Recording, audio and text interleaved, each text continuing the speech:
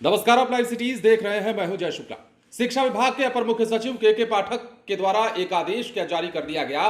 बिहार के शिक्षक अब आर पार के मूड में उतर गए हैं। हम बात कर रहे हैं बिहार के उन शिक्षकों की जिन्हें लेकर शिक्षा विभाग की ओर से जारी आदेश के बाद अब आक्रोश बढ़ता जा रहा है और कहीं ना कहीं इन शिक्षकों ने सरकार के खिलाफ मोर्चा खोल दिया है और बजट सत्र के दौरान हंगामा करने की पूरी इन्होंने प्लानिंग कर ली है। अब देखिए, एक बड़ी बैठक राजधानी पटना में होने वाली है नियोजित शिक्षकों की, और हम बात भी उन्हीं नियोजित शिक्षकों की कर रहे हैं जिनकी परीक्षा को लेकर शिक्षा विभाग ने आदेश जारी किया है।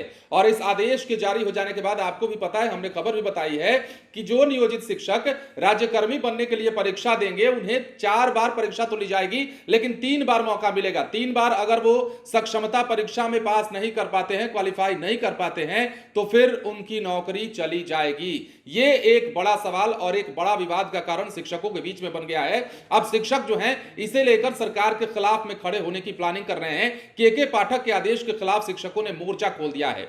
अब देखिए, ऑनलाइन परीक्षा का भी नियोजित शिक्षक विरोध कर रहे हैं। अब खबर यह भी है कि बजट सत्र के दौरान प्रदर्शन करने की तैयारी है। नियोजित शिक्षकों ने अब खुलकर सरकार के खिलाफ अपनी आवाज उठानी शुरू कर दी है।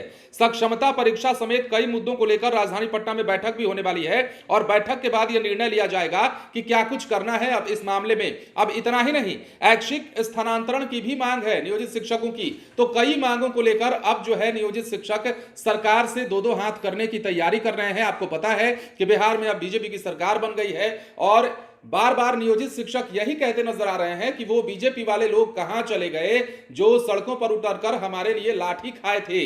वो लोग जो कि उस समय शिक्षकों के हक की बात कर रहे थे, लड़ाई की बात कर रहे थे, वो लोग जब आज सरकार में हैं तो कहां चले गए हैं। तो नियोजित शिक्षकों का गुस्सा अब फूट पड़ा है। कुल मिलाकर अगर बात करें तो सक्षमता परीक्षा को लेकर शिक्षा विभाग का जो आदेश आया, देखिए हम एक बार आपको वो लेटर भी दिखाते हैं। शिक्षा विभाग की ओर से जो लेटर जारी किया गया उस लेटर को आप देखिए, और उस लेटर में भी साफ साफ नीचे में लिखा गया है कि 3 बार मौका दिया जाएगा और 3 बार क्वालिफाई नहीं किए जाने पर जो नियोजित शिक्षक हैं वो राज्यकर्मी तो छोड़िए, वो नौकरी के लायक भी नहीं रह जाएंगे। और बात यह भी है कि अगर 3 बार में भी नियोजित शिक्षक सक्षमता परीक्षा पास नहीं कर पाते हैं तो फिर काहे के शिक्षक।